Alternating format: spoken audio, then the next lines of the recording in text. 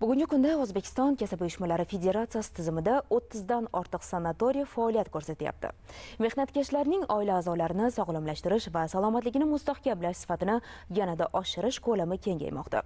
Xususan, Navoiy viloyati Xatirchi tumanidagi Oltinsoy sanatoriyasi rekonstruksiya qilindi. Natijada muassasa yangi qiyofaga kirdi. Hozir aynan shu haqda.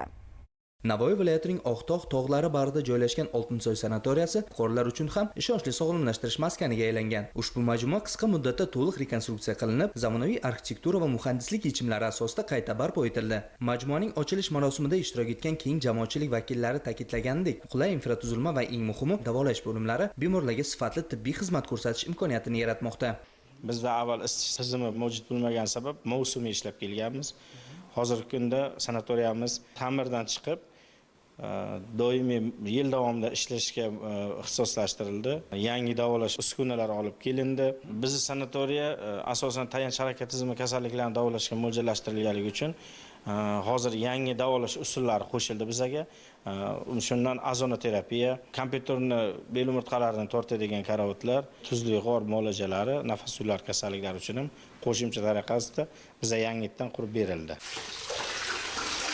Oltinsoy sanatoriyasida davolanishning asosiy omillaridan biri bu metr chuqurlikdan chiqariladigan minerallarga boy suv hisoblanadi. Mazkur suv 70-75 gradus issiqlikda chiqarilib, uning tarkibida radon, selen, oltin kugurt kabi ko'plab inson salomatligi uchun foydali bo'lgan elementlar mavjud.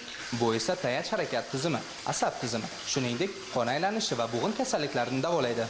Bugun bu yerda yaratilgan shart-sharoitlar har bir murojaat qiluvchiga sifatli davolash, mazmunli hordiq chiqarish va yangi kuch-g'ayrat bilan hayotga qaytish imkonini taqdim etmoqda. Mana shu Oltinsoy sanatoriyasiga 3-marta kelishim, lekin bu safargi kelish juda boshqacha. Juda zo'r. Turmush o'rtog'im bilan kelganman, birga davolanyapmiz. Vrachlar, hamshiralar hammasi xushmuomalali. Shuncha o'zgarishlarni qilib bergan avvalambor yurtboshimizga katta rahmatlar aytamiz. Inson qadrini ulug'lashning bir ko'rinishi sifatidagi bunday xayrli ishlar mehnat unumdorligini oshirish, fuqarolarning salomatligini mustahkamlashi bilan ahamiyatlidir.